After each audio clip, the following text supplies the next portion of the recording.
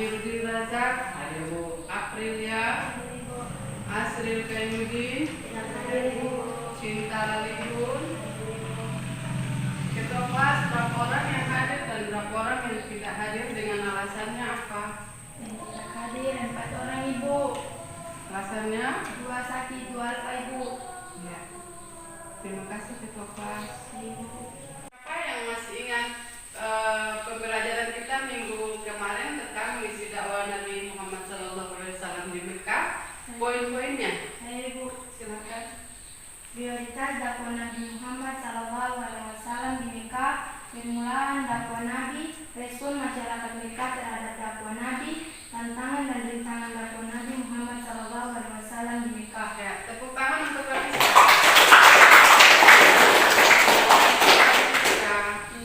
Baik anak-anak, sebelum Ibu memulai dengan pembelajaran kita pada hari ini, Ibu akan menyampaikan tujuan pembelajaran kita pada hari ini, yaitu agar kalian dapat menjelaskan perjalanan dan perjuangan Nabi Muhammad SAW di Mekah. Kemudian yang kedua, agar kalian mampu mengidentifikasi pola dakwah Nabi Muhammad SAW di Mekah. Yang ketiga, agar kalian mampu melafalkan Quran surat Asy-Syura ayat 154 dengan baik dan benar. Dan yang berikut, agar kalian mampu melafalkan Quran surat Al-Hijr ayat 94 dengan baik dan benar. Iya. Selanjutnya, silakan kalian lihat gambar pada buku masing-masing, lalu buat pertanyaan nanti setelah berdiskusi ya. Belum itu Ibu membawakan sedikit materi tentang pola dakwah Nabi Muhammad SAW di Makkah. Pola dakwah Nabi Muhammad SAW di Makkah itu terbagi menjadi 2. Yang option A adalah dakwah secara rahasia atau yang sering disebut dengan sirriyah. Kemudian yang B adalah berdakwah secara terang-terangan atau yang disebut dengan jar. Baik anak-anak, dakwah secara sembunyi-sembunyi itu bukan berarti Nabi takut kepada masyarakat Quraisy, tetapi itu merupakan salah satu strategi dari dakwah Nabi Muhammad SAW di Mekah. Kemudian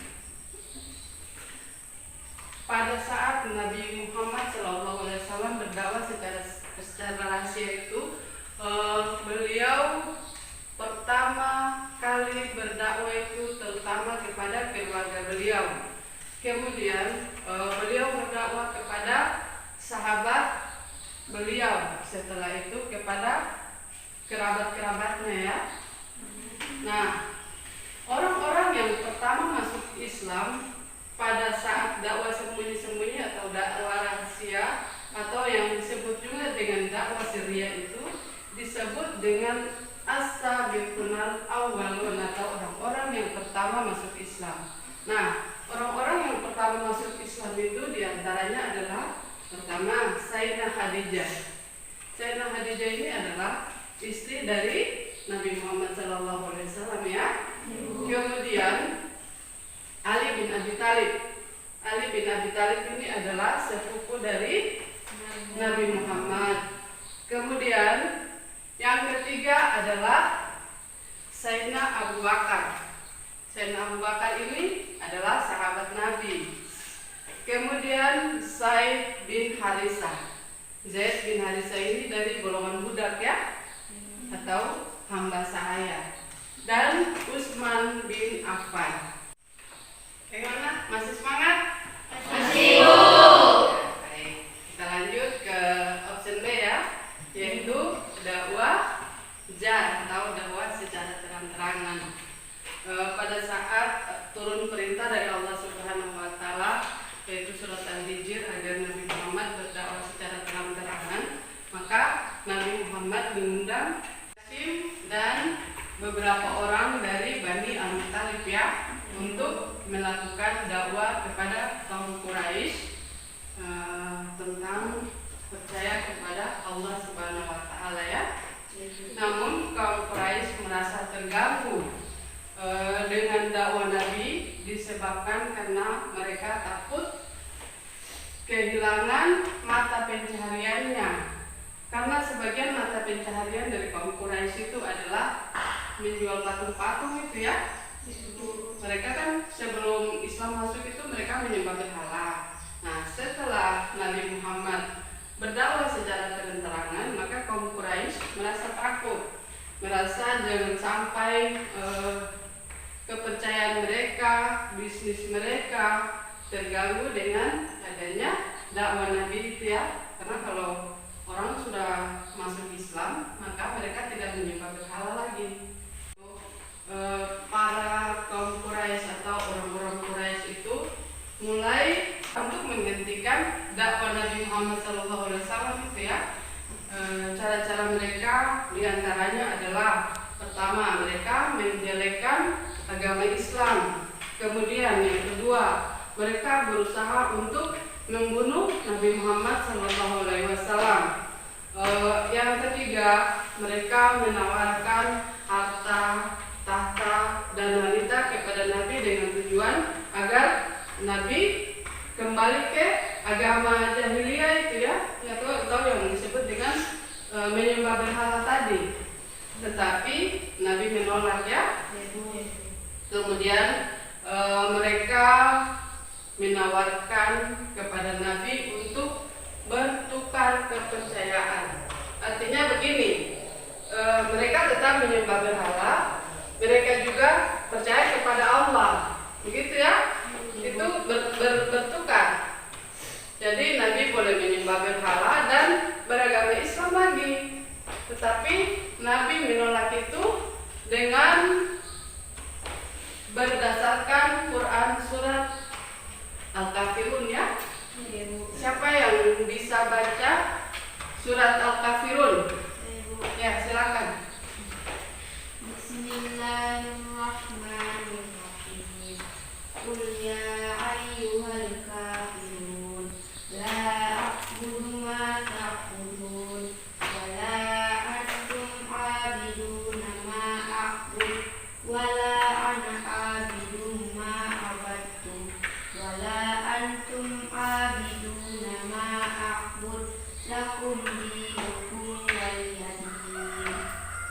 Itu adalah bukti atau firman Allah tentang penolakan Nabi kepada kaum Quraisy tentang pertukaran kepercayaannya.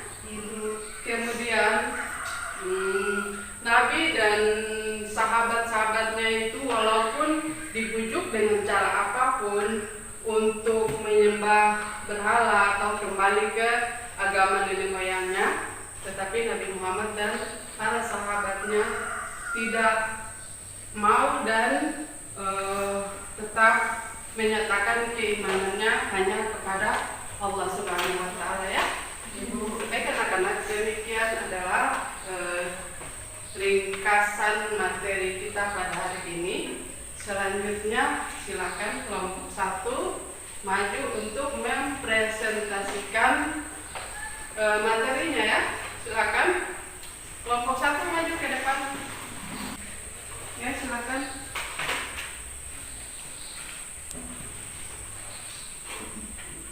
Assalamualaikum warahmatullahi wabarakatuh. Waalaikumsalam warahmatullahi wabarakatuh.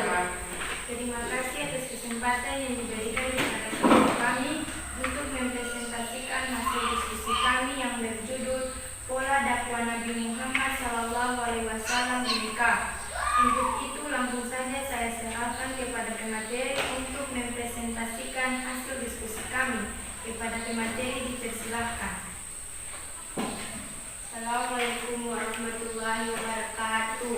Waalaikumsalam warahmatullahi wabarakatuh. Saya akan membacakan hasil diskusi kami. A. Dakwah rahasia atau syariah. Pada awal dakwahnya, Nabi Muhammad menggunakan dakwah syariah dalam menyebarkan Islam Nabi Muhammad melakukan dakwah siri bukan karena takut, melainkan strategi dakwah, di mana Nabi mengantisipasi pengikut Nabi yang masih sedikit dan belum kuat, sedangkan ancaman dan siksaan masyarakat kafir Quraisy masih kuat dan status kota Mekah sebagai pusat agama bangsa Arab.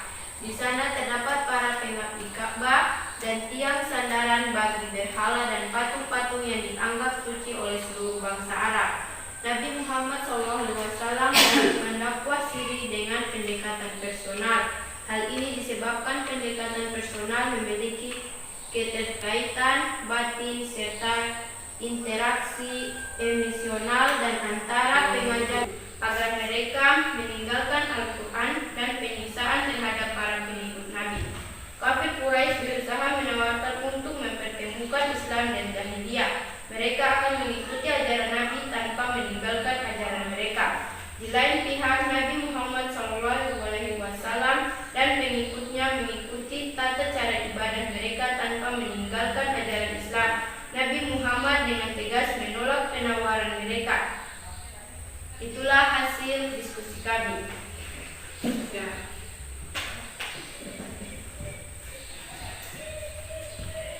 Terkait dengan materi yang telah dijelaskan oleh pemateri kami, untuk itu kami persilahkan kelompok 2 dan 3 untuk masing-masing kelompok memberikan pertanyaannya. Silakan, ada pertanyaan? Kelompok 2. Jelaskan keteladanan yang dapat kita ambil dari dakwah Nabi Muhammad di Mekah. Ada yang bisa jawab? Saya Kelompok 1, silakan. Dan tidak mudah putus asa merupakan keteladanan yang dapat dipetik dari perjuangan Nabi Muhammad dalam menyiarkan Islam di Mekah. Rasulullah tidak putus asa dan menyerah meskipun rintangan yang dihadapi Rasulullah datang dari keluarganya sendiri. Misalnya, Abu Lahab dan Abu Jahal, mereka adalah paman Rasulullah yang menjadi penghalang dakwahnya. Nah, tepuk tangan untuk kelompok 1.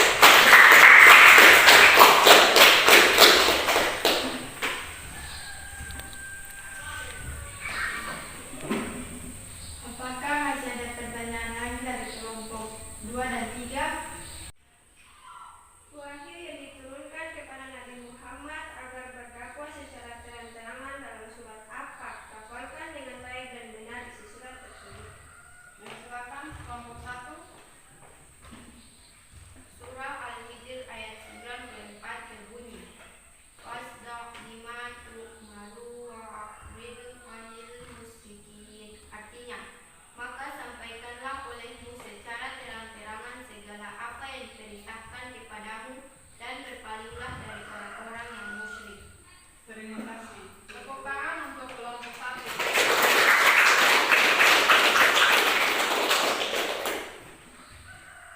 Itulah hasil diskusi kelompok kami. Kurang dan lebihnya kami mohon maaf. Wassalamualaikum warahmatullahi wabarakatuh. Waalaikumsalam warahmatullahi wabarakatuh. Siap dengan aplaus untuk kelompok 1. Terima kasih kelompok 1, silakan kembali ke tempat masing-masing. Baiklah anak-anak, Ibu akan membagikan LKPD kalian untuk dikerjakan di rumah ya, tugas.